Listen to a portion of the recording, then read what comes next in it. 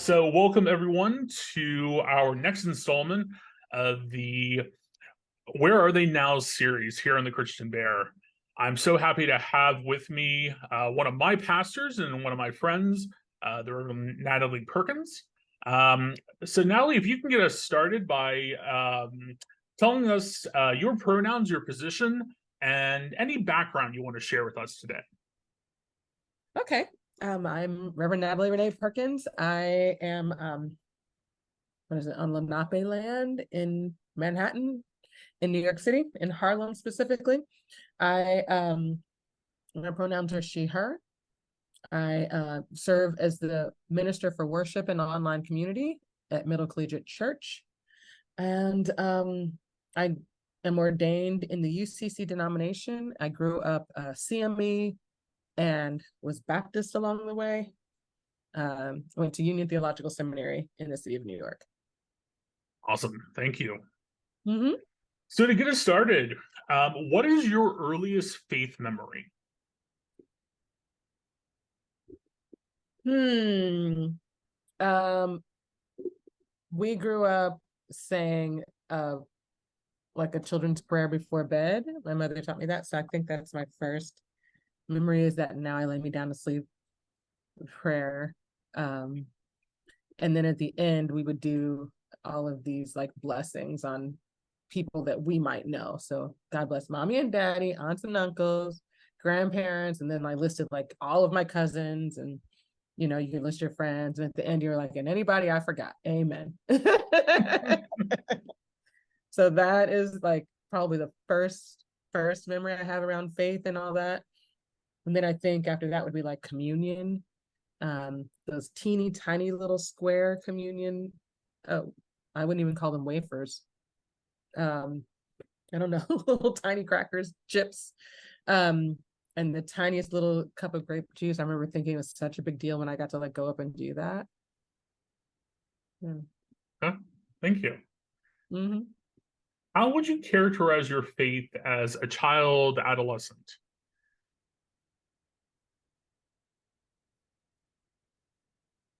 As a child, my theology has shifted a fair amount, to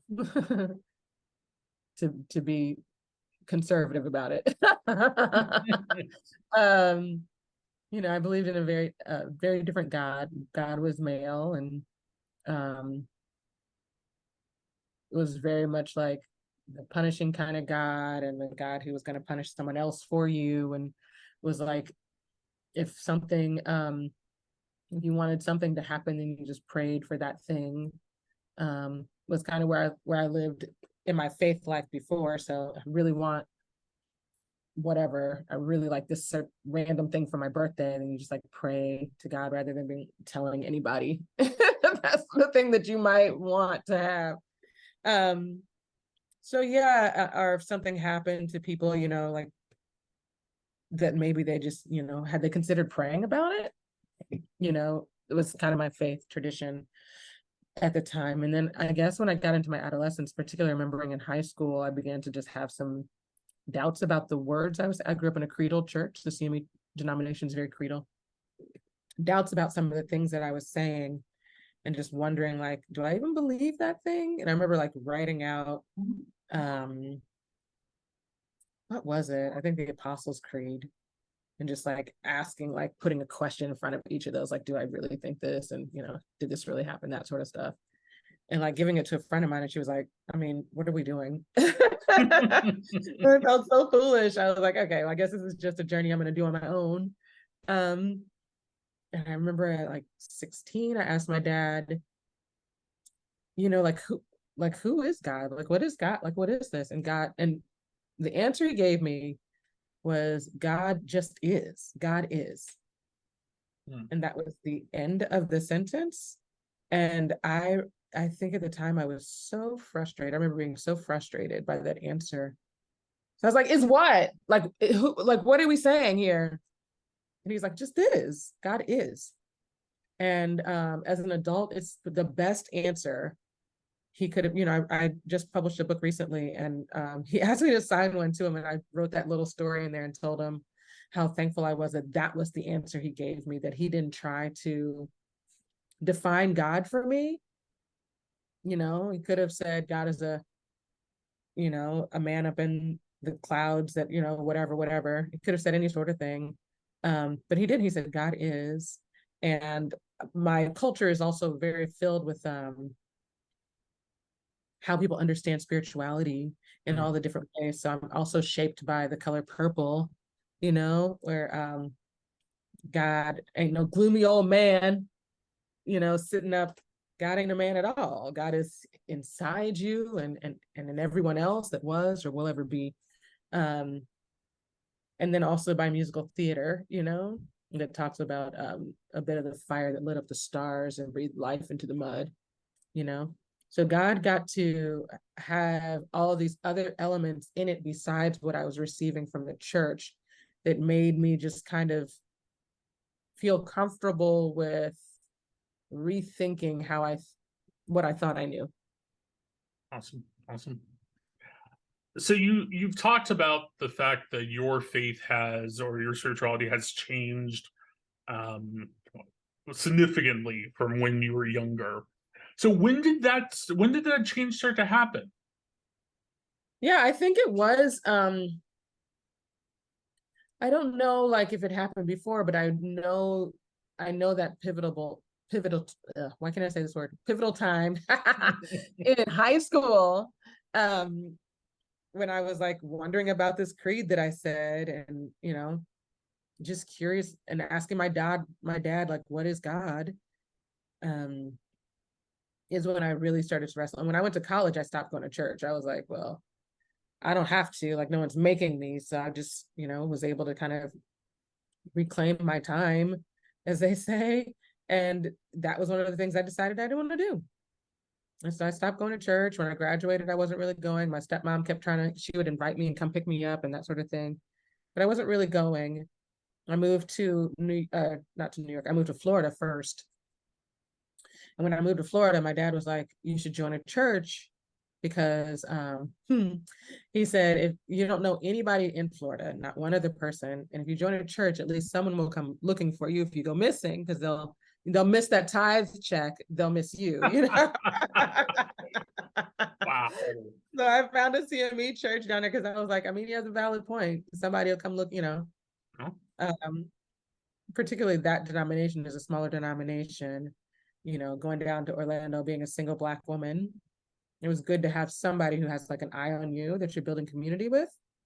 And it was there that I started to ask my own questions about what I thought, you know, in a more serious way. And then when I got on the cruise ships, I worked on cruise ships for about a year and a half as a singer.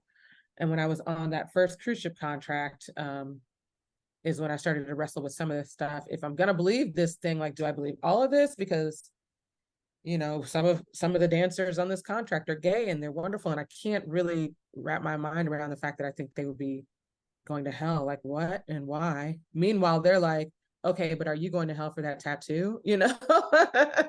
So all these things that I just was kind of like, I don't know that that's what it is. I don't know that this is what it adds up to. At the end of the day, I can't imagine getting to some pearly gates and God being like, well, you do have that tattoo.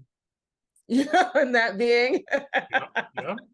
the end all be all. But there was a time where that's what, you know, I was raised to believe and thought that's what it was, you know. I remember my dad got divorced, and he really wrestled with getting a divorce because he thought it was a sin, like all of this stuff that we were taught around sinfulness, um, that I just didn't subscribe to anymore. So it was really in college that it started, and then when I got out of college and was like working professionally, that it really started to shift in a significant way. Awesome. Did you encounter any challenges, any obstacles as your faith and spirituality developed? Any obstacles?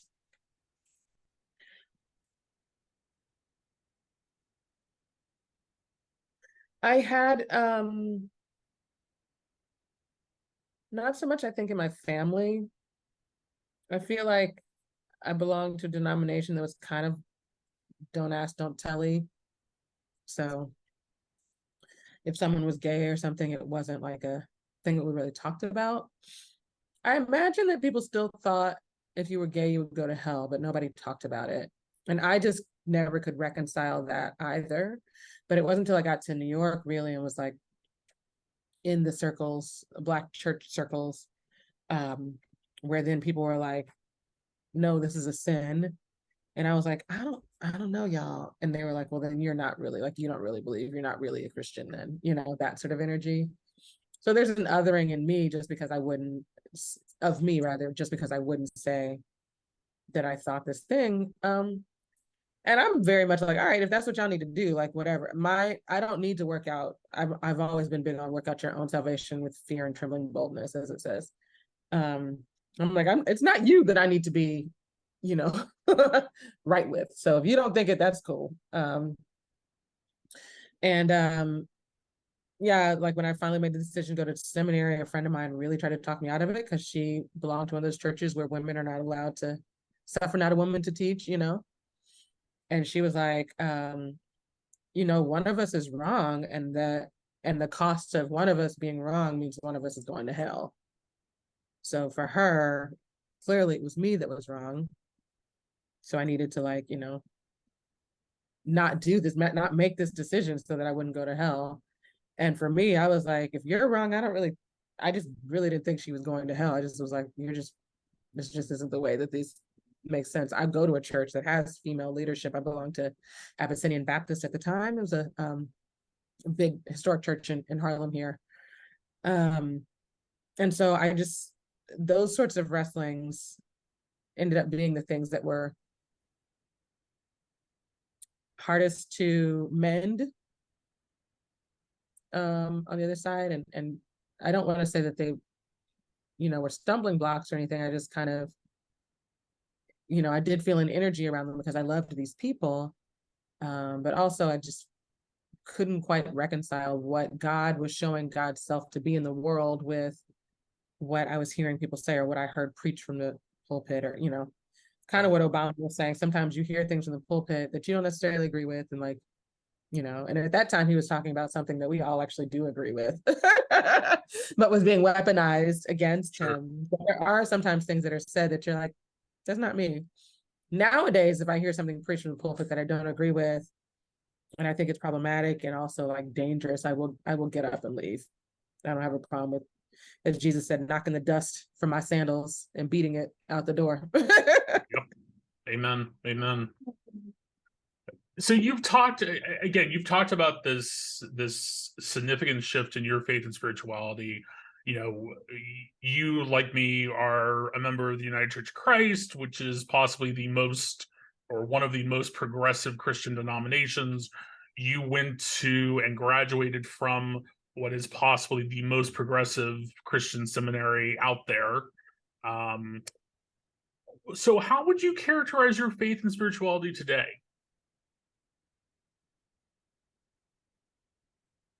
Well, I remember when I finally agreed to do this whole seminary thing. I feel like God had been dropping hints that got more aggressive as time passed. I was not trying to go to seminary. I was very much bargaining my way out when I finally decided, the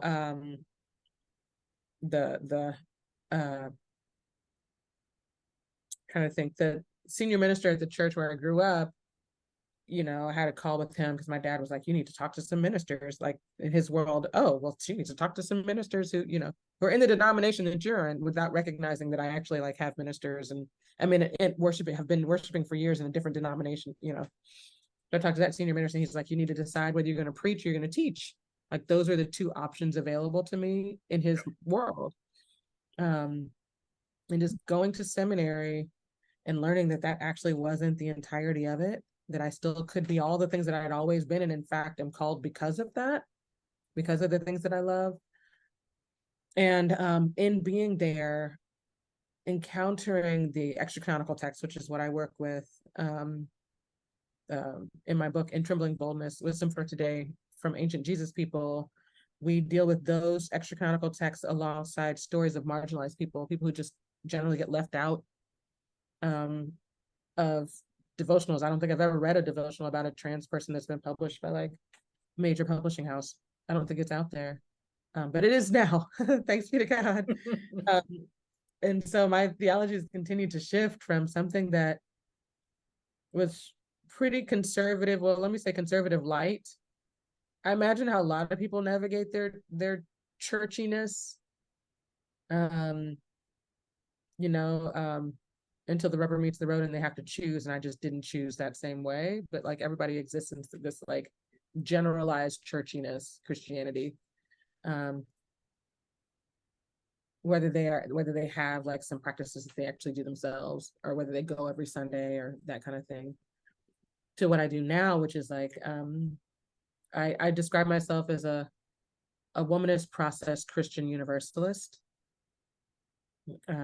which is very different than how I grew up in that particular church, but not different from like the experience that I noticed in the African diaspora, like in the church at large for Black people, Color Purple being the example again, right? Like Octavia Butler, God Has Changed, like all these different examples of how people are reconciling God in a way that is